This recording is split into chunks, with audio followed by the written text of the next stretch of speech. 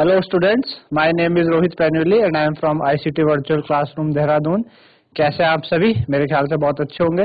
हम class 8 science कर रहे हैं जिसमें कि हमने chapter number 8 chapter solar system, star and solar system हमने कंप्लीट किया था पिछले भाग में, और हम एक्सरसाइज कर रहे थे, उससे रिलेटेड हम क्वेश्चंस कर रहे थे। जैसे हमने कल टिक द करेक्ट आंसर के बारे में समझा, है ना। तो एक्सरसाइज करने का फायदा ही ये होता है कि आपने जो भी चैप्टर में पढ़ा वो उसको आप कितना सीख पाए, है ना। तो एक आपको नॉलेज वहां से मिल जाती है। तो आज हम उसी को आगे कंटिन्यू करेंगे और क्वेश्चंस करेंगे कुछ एक्सरसाइज के। तो उसको करने के लिए चलते हैं स्मार्ट बोर्ड की तरफ।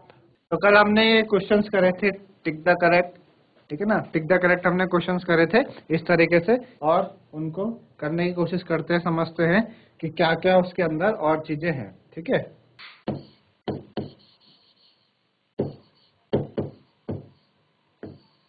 चलिए,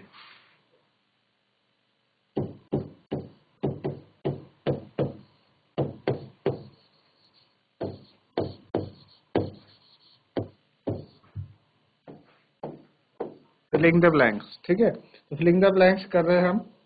तो फिलिंग द ब्लैंक्स में सबसे पहले आपके पास है ए, the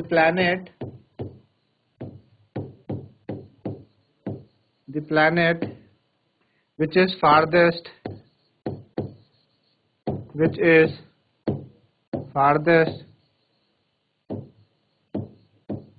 planet which is farthest from the sun।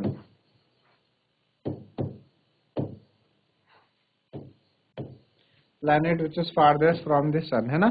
सन से जो सबसे दूर प्लैनेट है वो कौन सा है, पहला, ठीक है। बी है अगला, द planet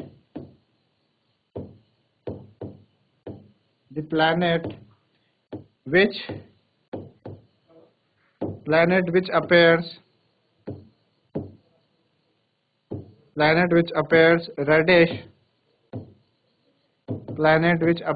reddish in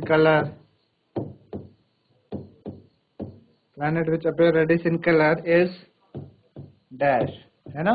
कौन सा प्लैनेट आपको क्या दिखता है, रेड दिखता है कलर में, उसके बारे में बताना है, ठीक है। चलिए, अगला है आपके पास C, a group of stars that appear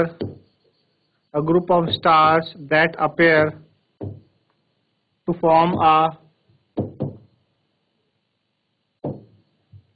pattern in the sky,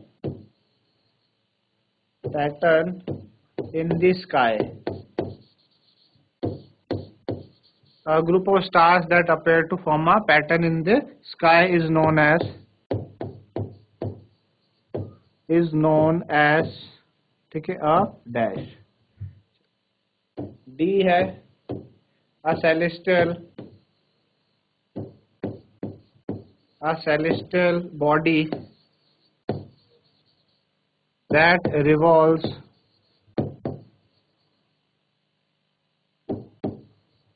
around a planet, ठीक है, is known as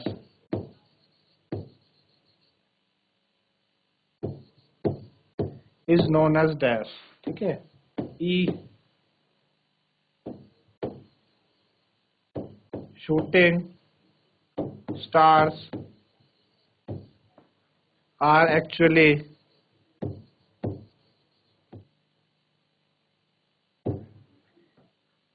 not, ठीक है। Shooting star are actually not dash, ठीक है। ये हो गया आपके पास। एफ है asteroids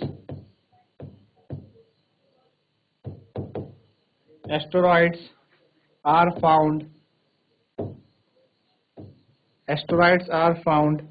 between the orbit of, ठीक है। Asteroids are found between orbit of dash and dash, orbit of dash and dash.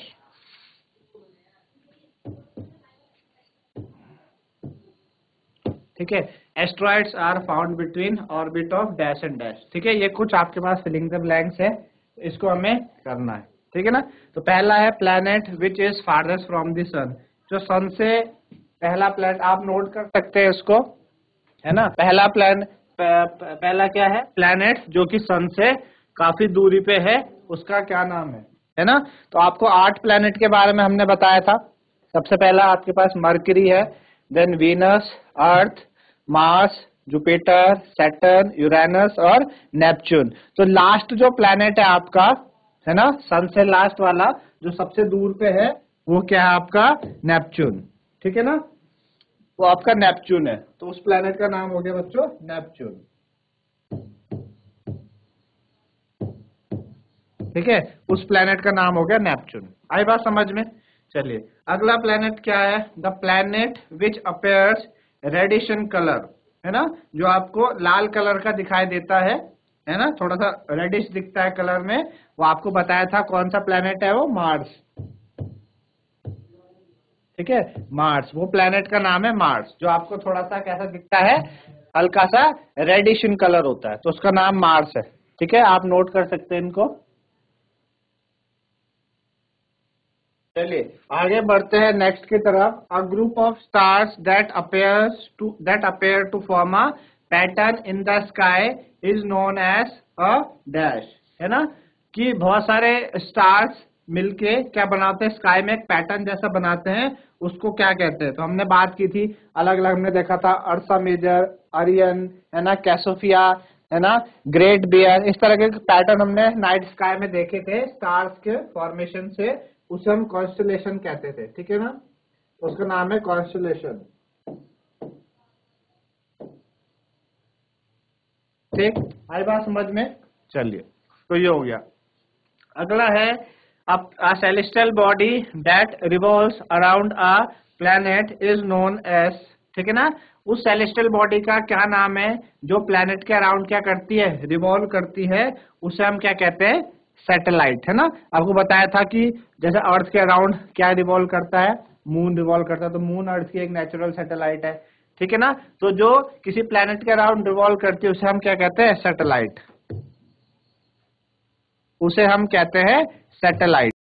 ठीक है, चलिए अगला है shooting stars are actually not. जो शूटिंग स्टार्स होते हैं वो आपके एक्चुअल में स्टार्स नहीं होते, तो इसका आंसर होगा स्टार्स, है ना, ये आपके स्टार्स नहीं है, शूटिंग स्टार्स को हम स्टार्स नहीं कहते। चलिए नेक्स्ट है आपका asteroids are found between orbit of dash and dash. आपको बताया था कि मार्स और जुपिटर के ऑर्बिट के बीच में छोटे छोटे लार्ज नंबर ऑफ मॉलिक्यूल्स पाए गए, उनको हमने क्या कहा था, एस्ट्रॉइड्स कहा था। तो इसका आंसर हो जाएगा मार्स एंड जुपिटर। मार्स और जुपिटर के ऑर्बिट के बीच में ये आपको मिलते हैं। ठीक है, मार्स और जुपिटर के बीच में क्या आपको इस तरीके के मिलते हैं। तो इस तरीके के फिलिंग द ब्लैंक्स हमने किए, मेरे ख्याल से आप लोगों को समझ में आया होगा, सारे आपको पढ़ाए गए हैं चैप्टर के अंदर। ठीक है ना, उन्हीं में से ये आपको फिलिंग द ब्लैंक्स दिए गए हैं। अगर आपको याद हो तो आप इजीली क्या कर सकते हैं, इनके आंसर कर सकते हैं। ठीक है ना, चलिए इनको आप नोट डाउन कर लीजिए, फिर नेक्स्ट की तरह हम चलते हैं। True and false filling the blanks हमने किए, आगे बढ़ते हैं ट्रू एंड फॉल्स की तरफ। Mark true and false.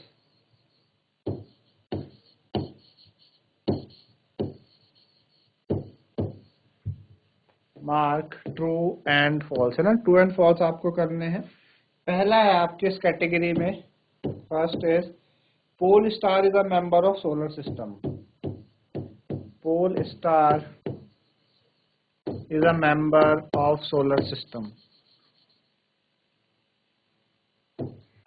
Pole star is a member of solar system. ठीक है ना, जो पोल स्टार है वो सोलर सिस्टम का क्या है, मेंबर है। बी है आपका mercury. Mercury is the smallest Mercury is the smallest planet of the solar system. Mercury is the smallest planet of the solar system.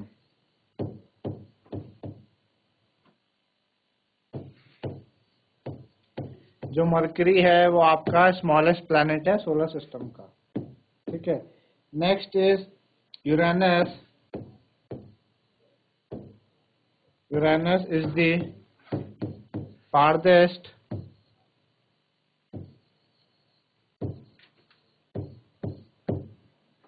planet in the solar system.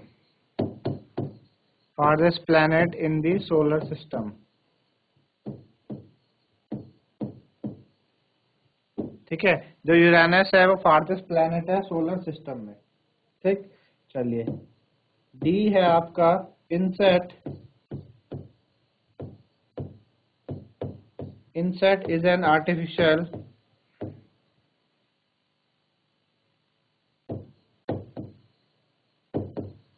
INSAT is an artificial satellite.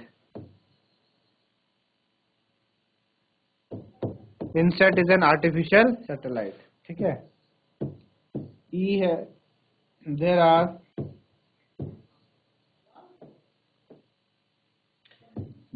9 planet. There are 9 planet in the solar system. There are 9 planets in the solar system.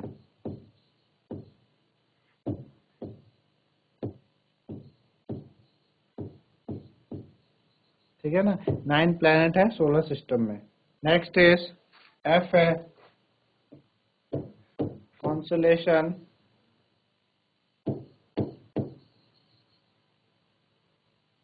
Constellation Arian can be seen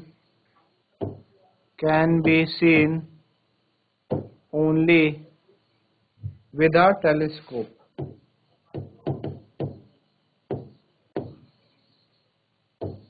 With a telescope.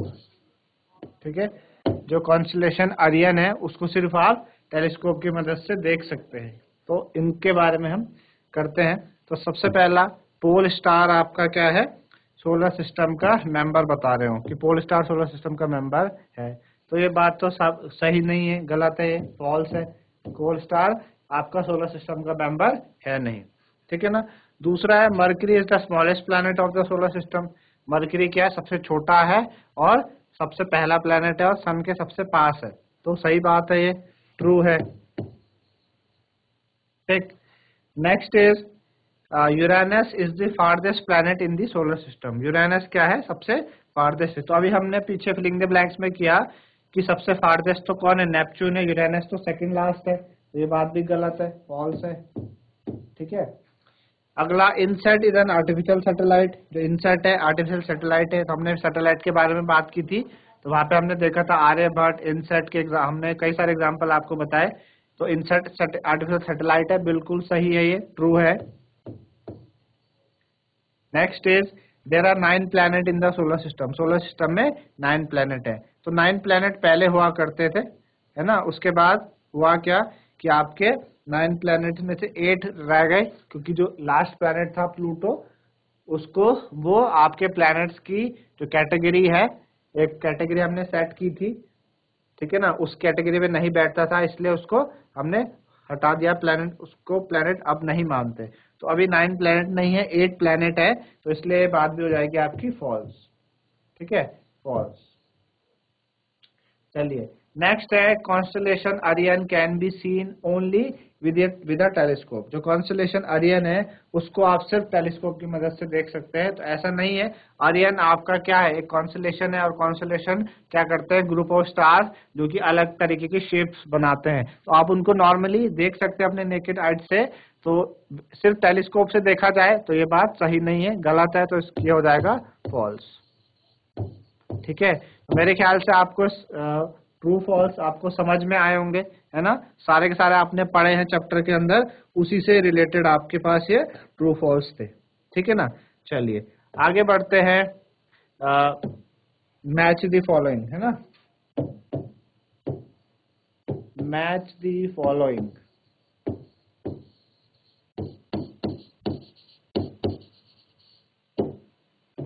Match the following, है ना, इनको आपने क्या करना है, match करना है। तो आपको 2 कॉलम दिए हैं, कॉलम ए एक कॉलम ए है और एक कॉलम बी है। ठीक है, एक कॉलम आपके पास ए दे रखा है और एक आपके पास कॉलम बी दे रखा है।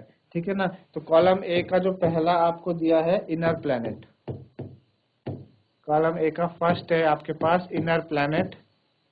ठीक है, सेकंड आपको दिया है आउटर प्लैनेट,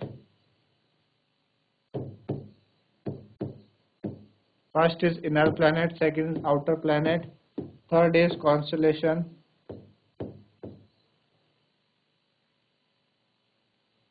ठीक है, और फोर्थ आपको दिया है satellite of the earth, satellite of the अर्थ।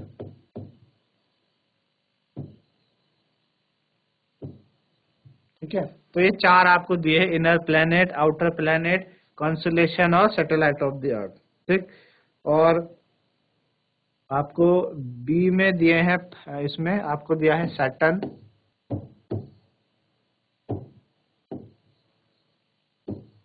एक आपको दिया है सैटर्न, पोल स्टार, ठीक है, ग्रेट बियर,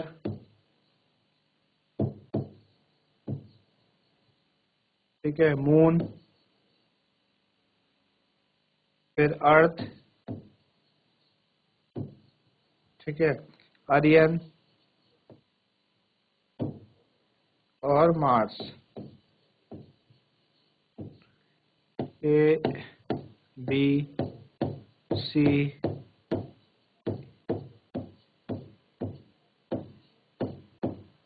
ठीक है, ये आपको दिए, इनको आपने मैच करना है।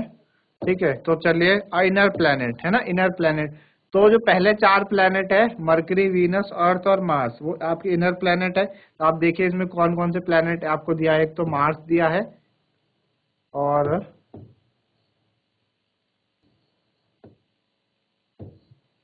एक आपके पास मार्स है और एक आपके पास क्या है, अर्थ है। तो एफ, ई और जी वाले आपके इनर प्लैनेट में कौन आ जाएंगे, एक तो ई आ जाएगा अर्थ और एक आपका जी आ जाएगा मार्स। ये दोनों के दोनों इनर, पहले जो चार प्लैनेट है मरकरी, वीनस, अर्थ, मार्स, वो आपके इनर प्लैनेट कहलाते हैं, है ना। तो आपको अर्थ और मार्स यहाँ पे दिए है। आउटर प्लैनेट आपके बाद के जो प्लैनेट है, ठीक है ना, मार्स के बाद के जो चार प्लैनेट है वो आपके आउटर प्लैनेट की कैटेगरी में आते हैं, जो इसमें सिर्फ और सिर्फ आपको सैटर्न दिया है ना। सैटर्न हो गया आपके पास, जुपिटर, सैटर्न, यूरेनस और नेपच्यून, चार प्लैनेट आउटर प्लैनेट। यहाँ पे आपको एक ही दिया है सैटर्न, तो सेकंड का हो जाएगा ए।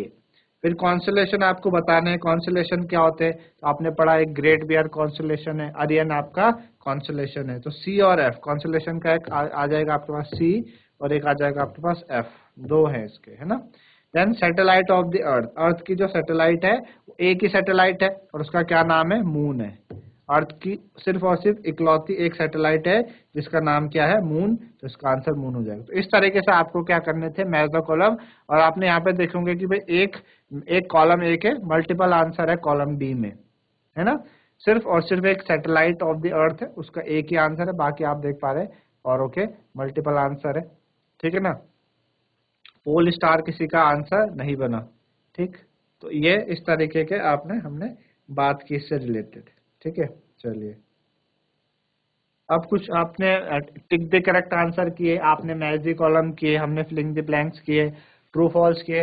अब कुछ क्वेश्चन है हमारे पास, जैसे कि सबसे पहला है कि in which part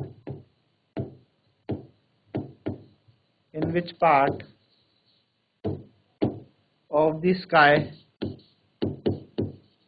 in which part of the sky, ठीक है, can you find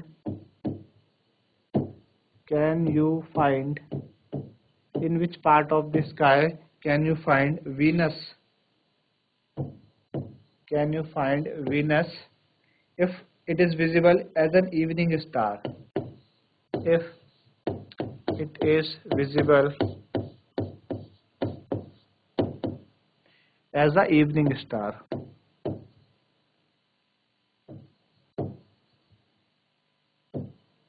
Evening star, ठीक है। तो आपको बताया था कि जो वीनस है, अगर वो मूव करता हुआ दिखाई देता है, वीनस, है ना, अगर वो ईस्ट से क्या हुआ, ईस्ट में वो आपको दिखा, मॉर्निंग में, तो इवनिंग में आपको वेस्ट में दिखाई देगा, है ना। तो आपको ये बताना है कि अगर वीनस को आपने इवनिंग स्टार की फॉर्म में, इवनिंग स्टार के जैसे देखा, यानी आपने उसको इवनिंग में देखा, ठीक है ना, इवनिंग में आपने उसको देखा, तो बोल रहा है कि आपको किस पार्ट ऑफ द स्काई में आपको वीनस देखने को मिलेगा, which part of the sky can you find Venus if it is visible as an evening star की तरह वो आपको दिखा, इवनिंग स्टार की तरह, है ना।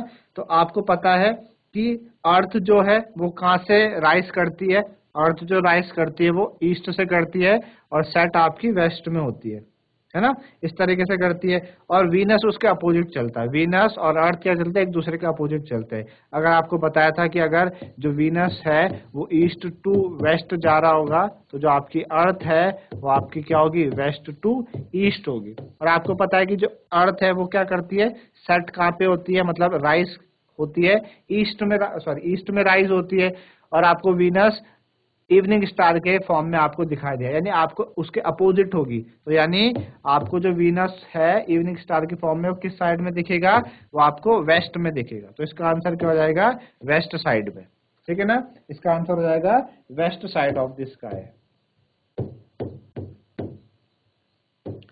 Waste side of the sky, west side of the sky. ठीक, चलिए अगला है आपके पास, name the largest planet of the solar system, name the largest planet,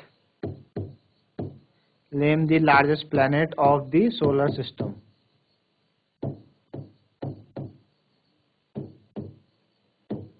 name the largest planet of the solar system, solar system का जो largest planet है उसका नाम बताइए। तो सोलर सिस्टम का जो लार्जेस्ट प्लैनेट आपको बताया था वो कौन है, जुपिटर, है ना। जुपिटर आपका कितना बड़ा प्लैनेट है, आपको बताया था कि उसके अंदर कितने सारे अर्थ, 1300 अर्थ के आसपास उसके अंदर समा जाती है ना। 1300 अर्थ जुपिटर के अंदर फिट हो जाएंगी, तो इतना बड़ा जुपिटर है। तो जुपिटर आपका लार्जेस्ट प्लैनेट हुआ सोलर सिस्टम का, ठीक है। नेक्स्ट आपके पास क्या है कि आपके पास what is constellation,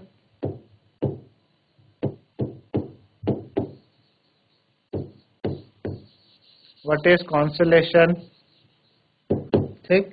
and name any two constellation, name any two constellation.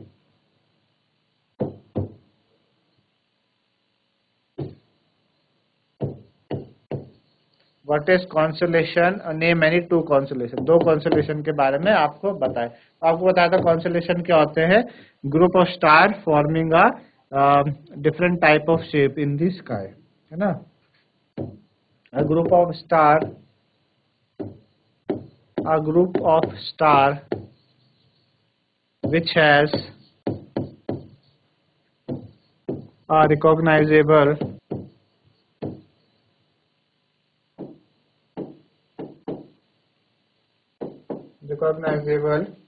Shape, उसको आप कॉन्स्टेलेशन कहते हैं। और आपको एग्जाम्पल बताने हैं उससे कि भाई कौन कौन से, कोई दो कॉन्स्टेलेशन आप बताएं। तो हमने जैसे अर्सा मेजर के बारे में पढ़ा था, अर्सा मेजर, ठीक है। और हमने क्या पढ़ा, अरियन के बारे में पढ़ा, कैसोफिया हमने पढ़ा, ग्रेट बियर पढ़ा। तो कई सारे हमने कॉन्स्टेलेशन के बारे में पढ़े हैं। तो आप कोई से भी दो आज के आंसर आप दे सकते हैं, ठीक है ना। चलिए नेक्स्ट क्वेश्चन क्या है, नेक्स्ट क्वेश्चन आपको दिया है, name two object, name two objects, name two objects, ठीक है, other than planet, name two objects other than planet, name two object other than planet which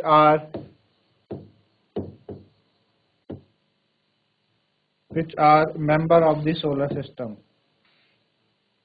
which are member of the solar system।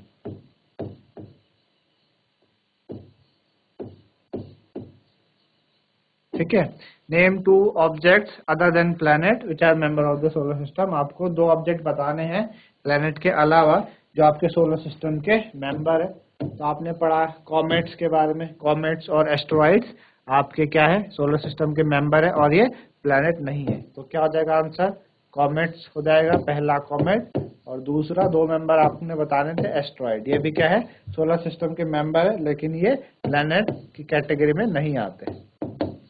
ठीक, तो ये दो हो गए आपके comet और एस्ट्रॉइड। ठीक है ना, आई बात समझ में आपको इस तरीके से। अगला है do all stars in the sky, do all star in the sky move, explain. ठीक है, क्या सारे के सारे स्टार जो स्टार्स हैं स्काई में मूव करते हैं, आपको एक्सप्लेन करना है। ठीक है, तो आंसर क्या होगा इसका, क्या सारे के सारे जो स्टार है वो स्काई में मूव करते हैं, तो ऐसा नहीं है। सारे के सारे स्टार जो स्टार है स्काई में मूव नहीं करते, है ना। क्यों, क्योंकि जो आपकी रोटेशन है अर्थ की अपने एक्सिस पे, अगर वहां पे कोई स्टार आपको मिलता है तो मूव नहीं करता, है ना। तो हमने देखा था जैसे पोल स्टार, वो आपकी अर्थ की रोटेशन के एक्सिस पे आपको दिखाई देता है, तो आपको मूव करता हुआ नहीं दिखाई देगा। तो इसका आंसर हो जाएगा no, all stars do not move, do not move in the sky, do not move in the sky. ठीक है, due to the rotation of the earth, due to the rotation due to the rotation of the earth,